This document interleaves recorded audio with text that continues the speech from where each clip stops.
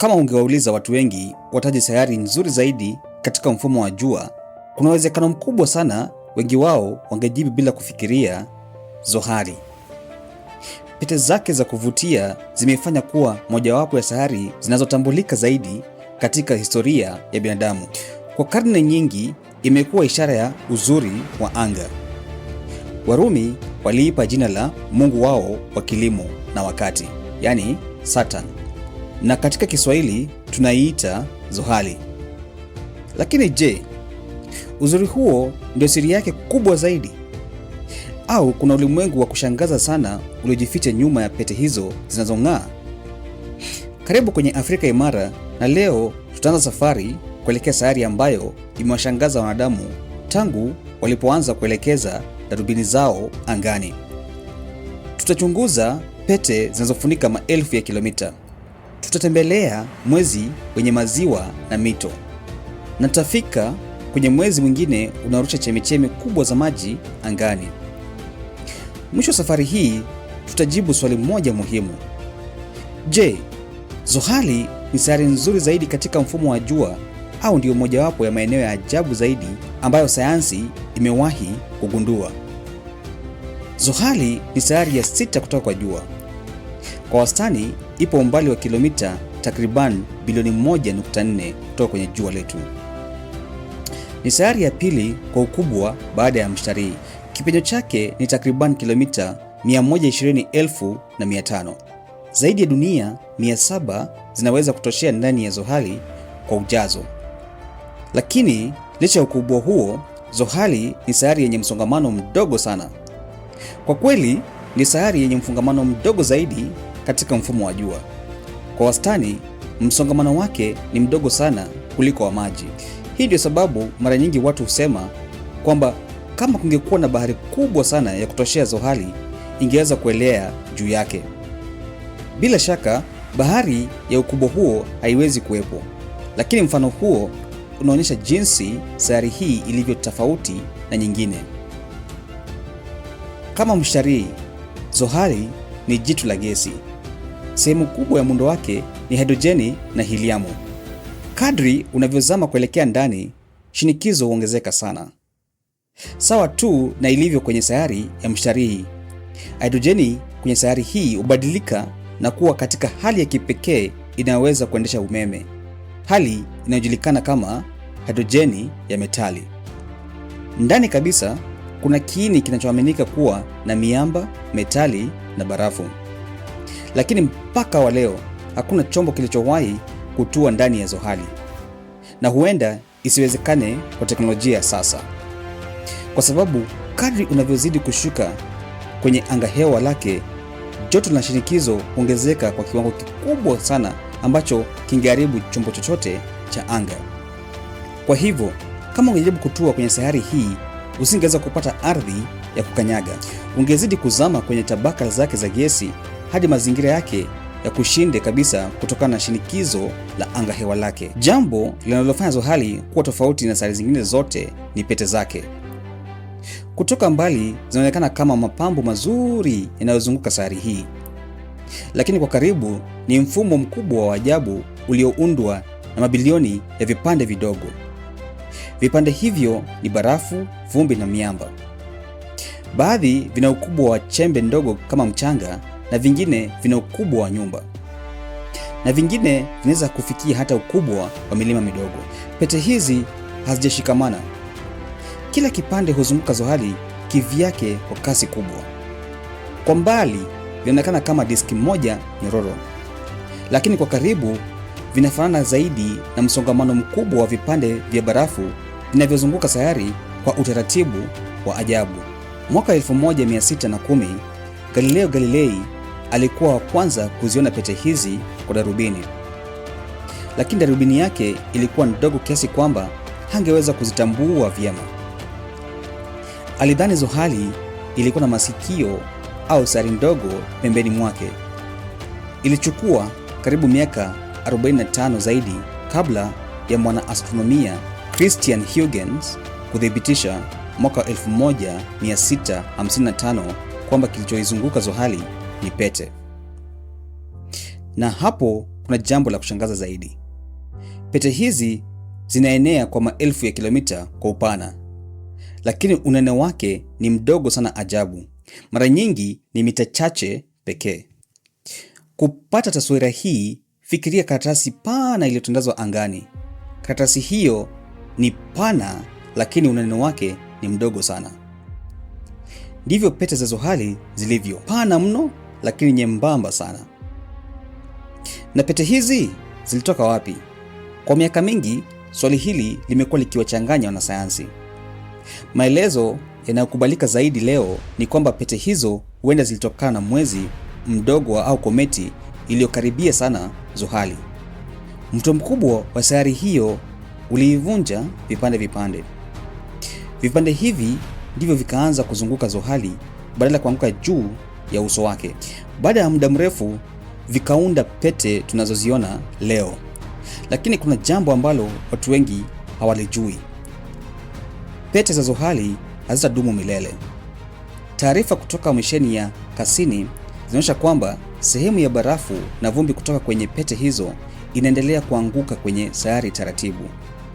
Wanasayansi wanakadiria kwamba baada ya makumi hadi mamia mamilioni ya miaka, pete hizo zinaweza kuwa zimepungua sana au hata kutoweka kabisa.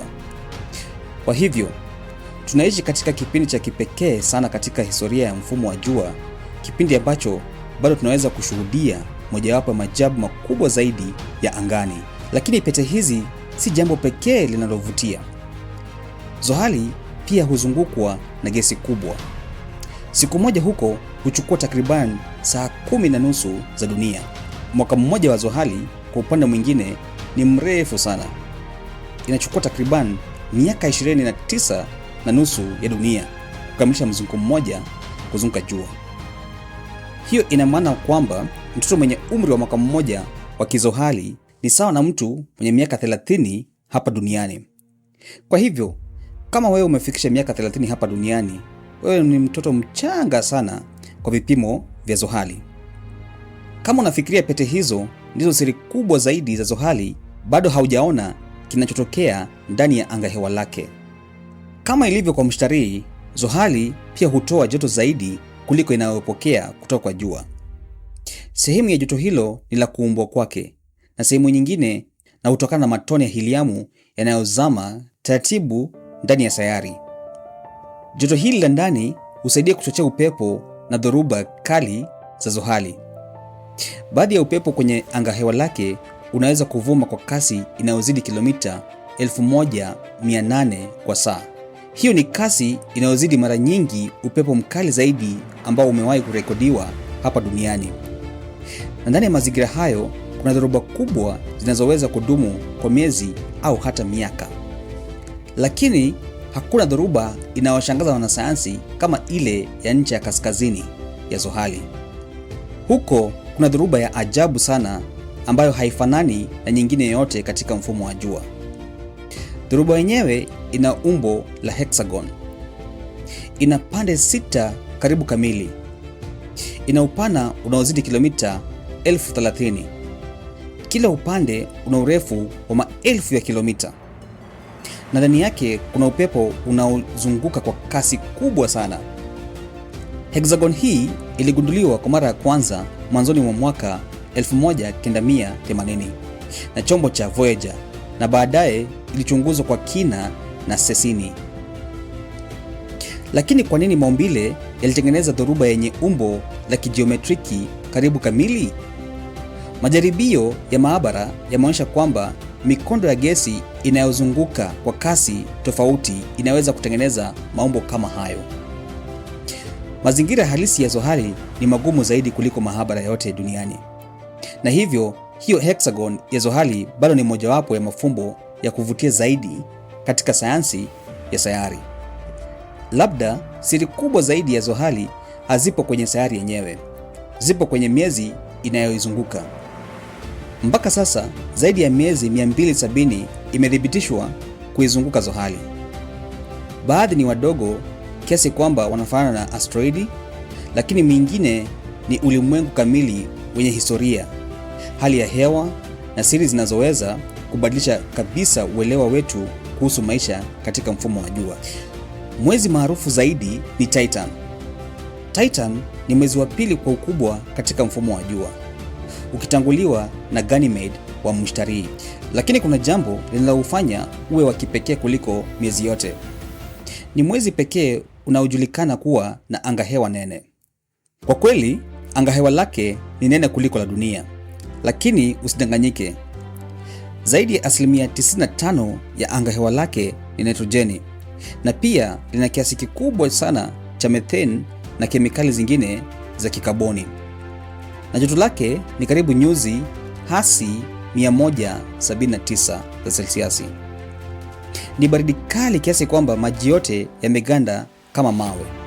Lakini methane na ethane huko ndizo zinafanya kazi ambayo maji hufanya hapa duniani. Fikiria ulimwengu wenye mawingu, mvua, mito, maziwa na hata mabahari, lakini hakuna hata tone moja la maji ya kawaida. Badala yake kuna methane ya kumiminika na ethane. Titan ndio sehemu pekee katika mfumo wa jua mbali na dunia ambayo tumethibitisha kuwa na vimiminika vinavyokusanyika juu ya uso wake katika maziwa na mabahari. Ni kana kwamba asili iliunda toleo jingine la dunia, lakini katika baridi kali isiyoweza kufikirika. Mwaka wa 2005 historia iliandikwa. Chombo kidogo kiitwacho Huygens kilichobebwa na misheni ya Cassini kilitua kwenye uso wa Titan. Hicho ndicho chombo cha kwanza kuwahi kutua kwenye ulimwengu ulioko mbali kiasi hicho. Kilipotuma picha zake za kwanza, wanasayansi waliona uso wake wenye mawe yaliyosuguliwa na vimiminika na njia zinazofanana na mito. Tofauti pekee ilikuwa kwamba vimiminika hivyo havikuwa maji, vilikuwa methane na ethane. Ugunduzi huu ulifanya Titan kuwa mojawapo ya maeneo muhimu zaidi ya utafiti katika mfumo wa jua, kwa sababu baadhi ya wanasayansi waliamini kwamba mazingira yake yanaweza kusaidia kuelewa jinsi kemikali za msingi za maisha zinavyoanza kuundwa kabla ya uhai kuibuka duniani. Kama Titan ni ulimwengu wa maziwa, Enceladus ni ulimwengu wa chemichemi. Kwa nje, Enceladus huonekana kama mpira mdogo wa barafu. Lakini mwaka wa 2005 misheni ya Cassini iligundua jambo ambalo hakuna aliyekuwa akitarajia. Kutoka kwenye nyufa karibu na ncha ya kusini, Enceladus hurusha nguzo kubwa za maji na chemichemi za barafu mamia kilomita kwenda angani. Chemichemi hizo ni ushahidi kwamba chini ya tabaka lake la barafu kuna bahari kubwa ya maji yakimiminika. Na si hayo tu, Cassini ilipopita ndani ya chembe zilizokuwa zikirushwa angani, iligundua kwamba zilikuwa na maji, chumvi, molekuli za kaboni na hata molekuli za hidrojeni. Viambato hivyo ni miongoni mwa mambo muhimu yanayoweza kusaidia kuwepo kwa mazingira yanayoweza kuhimili maisha. Mpaka wa leo hakuna ushahidi kwamba kuna viumbe hai kwenye mwezi huu wa Enceladus. Lakini uwepo wa maji yakimiminika, nishati na kemikali muhimu umeufanya mwezi huu kwa mojawapo ya sehemu zenye matumaini makubwa katika utafutaji wa maisha nje ya dunia. Kwa zaidi ya miaka 13, chombo cha anga cha Cassini kilizunguka Zohali. Kilipiga mamia ya maelfu ya picha. Kilichunguza pete zake kwa karibu. Kiliruka karibu na Titan. Kikapitia ndani ya chemichemi za Enceladus. Na kilituma taarifa ambazo zimebadilisha kabisa uelewa wetu kuhusu mfumo wa Zohali. Lakini mwaka wa 2017 misheni hiyo ilifika mwisho wake. Badala ya kuiacha Cassini izunguke bila mpangilio, NASA ilifanya maamuzi ya ajabu. Chombo hicho kilielekezwa kuingia kwenye angahewa la Zohali, na kilipozama ndani yake kiliteketea kabisa. Kwa nini walifanya hivyo? Ili kuhakikisha kwamba Cassini isije ikaanguka kwa bahati mbaya kwenye Titan au Enceladus siku zijazo na kuzichafua kwa vidudu kutoka duniani. Kwa sababu ikiwa miezi hiyo ina mazingira yanayoweza kuhimili maisha, wanasayansi wanataka kuhakikisha kwamba ushahidi wowote utakaopatikana utakuwa wa asili yake na si viumbe vilivyopelekwa na sisi. Baada ya ugunduzi huo wote, bado kuna swali moja kubwa. Je, binadamu wanaweza kuishi katika mfumo wa zohali? Kama swali ni kuhusu sayari yenyewe, basi jibu ni hapana. Kama ilivyo kwa mshtarii, zohali haina uso mgumu wa kusimamia. Kadri unavyozama ndani yake, shinikizo na joto huongezeka mpaka kufikia maelfu ya nyuzi za selsiasi. Hakuna chombo cha anga tulicho nacho leo kinachoweza kustahimili mazingira hayo. Kwa hiyo, wanadamu hawezi kujenga nyumba juu ya zohali, lakini mfumo wake una miezi mingi ya ajabu. Na baadhi yao huenda siku moja ikawa vituo vya kwanza vya utafiti wa wanadamu mbali na Mirihi. Mwezi unaopewa nafasi kubwa zaidi ni Titan. Mbali na kukuwa na angahewa nene, Titan pia lina malighafi nyingi zinazoweza kutumiwa na binadamu siku zijazo. Lakini changamoto ni kubwa. Joto lake ni karibu nyuzi hasi 179 za selsiasi. Methane na ethane ambazo ziko katika hali ya kimiminika huko zingekuwa gesi hapa duniani. Kwa hivyo, makazi yote ya binadamu katika mwezi huu yangelazimika kujengwa kwa teknolojia ya hali ya juu sana. NASA tayari ina mpangilio wa kurudi huko. Katika miaka ijayo, shirika hili linatarajia kutuma misheni mpya iitwayo Dragonfly. Tofauti na roboti zingine zilizowahi kutumwa kwenye sayari na miezi mingine, Dragonfly haitembei kwa magurudumu. Itakuwa ndege ya aina ya rotorcraft. Inafanana kwa kiasi na drone kubwa. Itaruka kutoka sehemu moja hadi nyingine juu ya uso wa Titan. Lengo lake ni kuchunguza kemikali za uso wa mwezi huo na kutafuta mazingira yanayoweza kutoa mwanga kuhusu hatua ya mwanzo za kemikali iliyosababisha uhai. Ikiwa misheni hiyo itafanikiwa, itakuwa mara ya kwanza kwa chombo cha aina hiyo kufanya safari ya kisayansi kwenye mwezi wa sayari nyingine. Safari ya kufika Zohali si rahisi hata kidogo. Kwa wastani, Zohali iko karibu mara 2 zaidi ya Mshtarii kutoka kwa Jua. Kutegemea misheni inayofanywa, vyombo vya anga vinaweza kutumia kati ya miaka 6 hadi 7 au zaidi kufika huko. Kwa mfano, Cassini ilirushwa mwaka wa 1997 na iliingia kwenye mzunguko wa Zohali mwaka wa 2004 baada ya safari ya karibu miaka 7. Katika safari hiyo ilitumia mbinu inayojulikana kama gravity assist. Badala ya kutumia mafuta mengi, ilipitia karibu na Zuhura, Dunia na Mshtarii ili kutumia sehemu ya mvuto wao kuongeza kasi yake. Lakini kwa binadamu, safari ya aina hiyo ingekuwa ngumu zaidi. Miaka mingi angani ingehitaji chakula, maji, hewa, kinga dhidi ya mionzi na mifumo ya kuendesha maisha kwa muda mrefu sana. Kwa sasa, teknolojia ya kufanya safari ya binadamu kuelekea Zohali bado haijafikia hatua kama hiyo. Pamoja na umbali wake, Zohali imeendelea kuwavutia wanadamu kwa sababu moja muhimu. Inatukumbusha kwamba mfumo wa jua una utofauti mkubwa kuliko tulivyowahi kufikiria. Ulimwengu mmoja una bahari za methane, mwingine una chemichemi za maji zilizotoka chini ya barafu, na katikati yake kuna jitu la gesi linalozungukwa na pete zinazong'aa ambazo zimekuwa ishara ya uzuri wa anga kwa karne nyingi. Lakini uzuri huo pia unatukumbusha jambo muhimu. Ulimwengu haukuumbwa ili utushangaze pekee. Uliumbwa pia kutufundisha. Kila sayari, kila mwezi na kila misheni ya anga hutufundisha kitu kipya kuhusu historia ya mfumo wetu wa jua, na wakati mwingine kuhusu historia yetu sisi wenyewe. Kwa maelfu ya miaka, mababu zetu walitazama Zohali kama nuru ndogo inayotembea polepole angani. Leo tunajua kwamba nyuma ya nuru hiyo kuna sayari kubwa inayozungukwa na mamia ya maelfu ya vipande vya barafu vinavyounda pete zake. Kuna miezi yenye bahari zilizofichwa, kuna siri ambazo hazijafumbuliwa. Je, bahari ya Enceladus inaweza kuwa na viumbe hai? Je, Titan inaweza kuonyesha jinsi kemia ya maisha ilivyoanza kabla ya dunia kuwa na viumbe hai? Labda, lakini jambo moja ni la hakika. Kadri tunavyoendelea kuchunguza Zohali, ndivyo tunavyogundua kwamba bado tuko mwanzoni kabisa mwa safari ya kuelewa ulimwengu, kwa sababu kila siri tunayofumbua huzalisha maswali mapya.